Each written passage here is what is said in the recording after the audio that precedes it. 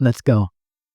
আসসালামু আলাইকুম ভিউয়ার্স। আজকের ভিডিওতে আমরা জানবো ২০২৫ সালে নতুন ভোটার হতে কি ডকুমেন্ট কি প্রয়োজনীয় কাগজপত্র লাগবে। বন্ধুরা, এখনো যারা আবেদন করেন নাই, এখনো যারা চিন্তিত কি কাগজপত্র লাগবে, কি প্রয়োজনীয় ডকুমেন্ট লাগবে, আপনারা যারা এখনো চিন্তিত আছেন আপনাদের জন্য এই ভিডিওটা।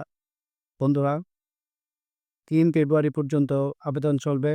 ৩ ফেব্রুয়ারি ৫ ফেব্রুয়ারি থেকে ১৬ এপ্রিল পর্যন্ত বায়োমেট্রিকের কাজ চলে। এখন আসি ভিডিওতে।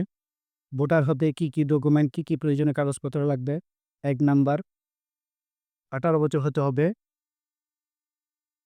২ নাম্বার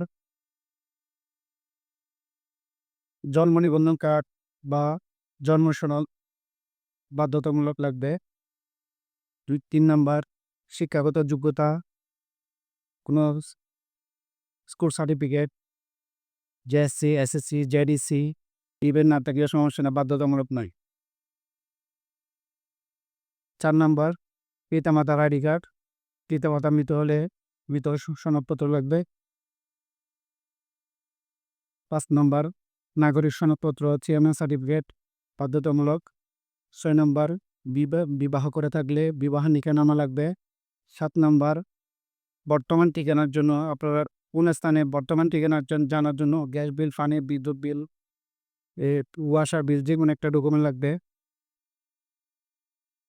৮ নাম্বার চৌকিদারি ট্যাক্স, যেকোনো একটা ট্যাক্স সার্টিফিকেট, পরিবারের যেকোনো কারো একটা ট্যাক্স সার্টিফিকেট লাগবে।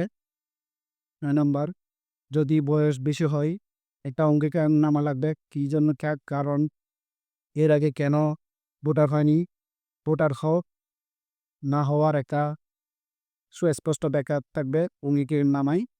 ১০ নম্বর রক্তের গ্রুপ লাগবে। যারা রক্তের গ্রুপ নির্ণয় করেন নাই তারা নিকটস্থ সরকারি হাসপাতালে গিয়ে রক্তের গ্রুপ নির্ণয় করে একটা সনদ নিয়ে আসবে। বন্ধুরা, এই যে প্রয়োজনীয় কাগজপত্রগুলো নিয়ে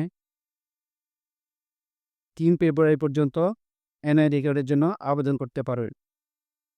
আজকের ভিডিওটা এ পর্যন্ত। ভালো লাগলে শেয়ার করবেন, লাইক, কমেন্ট, শেয়ার দিয়ে সাথে থাকবেন। আপনাদের অনুপ্রেরণা আমাদের মূল শক্তি। আসসালামু